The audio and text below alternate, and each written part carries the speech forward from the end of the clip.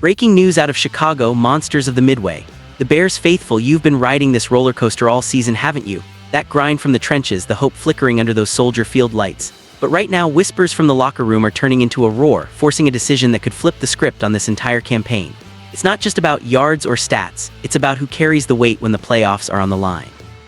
Tensions are high, expectations even higher, and the backfield is ground zero. If you're part of this crew, hit that subscribe button, drop a like, and join the conversation. This community runs on real fans like you. Now the name that's got everyone buzzing, Kyle Monangai, the rookie sensation who's forcing his way into the spotlight. And let me tell you, Bears Nation, this isn't some flash in the pan. It's a seismic shift that's got the coaching staff rethinking everything. Picture this, Sunday against the Steelers, the air thick with that November chill. Swift takes the handoff 8 times, scrapes together just 15 yards, and coughs up the ball.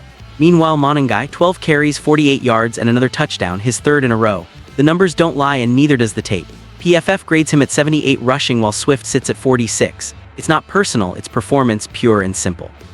But dig deeper, and you see why this matters so much to us Chicago fans. The Bears didn't draft Monangai to sit on the bench. He came in with that raw hunger, the kind that echoes the Monsters of the Midway spirit.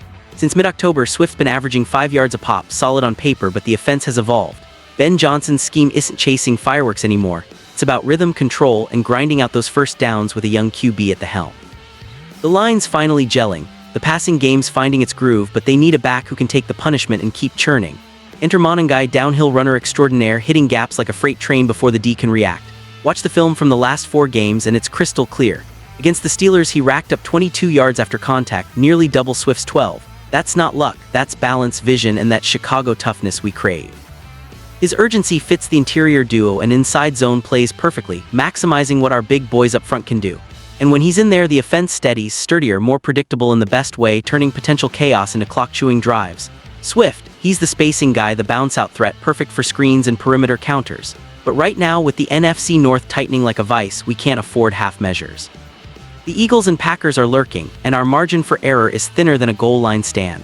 This turning point decision isn't just about the backfield, it's about identity. Who are these Bears gonna be in December? The team that explodes for big plays or the one that controls the line of scrimmage, shortens possessions, and wears down opponents? Monangai's rise reveals the truth. He's the compatible piece for the Bears we see today. Not flashier, but tougher, more aligned with Johnson's Detroit roots. Think Gibbs and Montgomery, a duo that complemented each other to perfection. Swift stays in the mix, no doubt, as that change of pace spark. But the RB1 workload, that's where the conversation heats up. The tape screams it, the workload trends it, and with 6 weeks left, ignoring it could cap our playoff ceiling for good. Bears fans feel that fire, it's the kind that builds legends. Monangai's not just hot, he's the engine this team needs to roar into the postseason.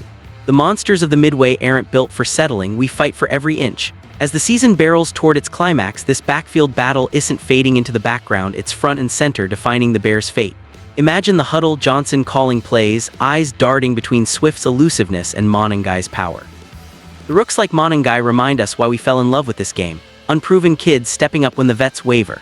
His double-digit carries for the 3rd time in 4 games, that's not coincidence, it's opportunity seized. And in a league where roles flip weekly, his skill set, that contact translation, the gap exploitation, positions him as more than a committee guy. He's the stabilizer, the one who lets the passing rhythm breathe without forcing heroics. Contrast that with Swift, who's still valuable, no question. His 5 yards per carry since October isn't shabby, and in Johnson's system, drawn from those Lions days, rotation is key. Swift can hunt edges, draw safeties, open lanes for the screens that keep defenses honest. But the Bears' reality check is this. With Caleb Williams growing behind center, the scheme's pivoted to reliability over razzle-dazzle. No more perimeter explosions chasing matchups. It's about finishing drives, absorbing hits, and converting those obvious runs into chains-moving gains. Monangai embodies that. His 78 PFF grade isn't hype, it's evidence of a back who turns the Bears' solid line into a weapon. Now zoom out to the stakes. The NFC North is a bloodbath and Chicago's sitting pretty but precarious. Those looming matchups against Philly and Green Bay, they'll test everything. Can we control the tempo, possess the ball for 35 minutes and grind out a win when the crowd's deafening? Monangai says yes. His touchdown streak proves he finishes in the red zone, while Swift's fumble against Pittsburgh was a gut punch we can't repeat.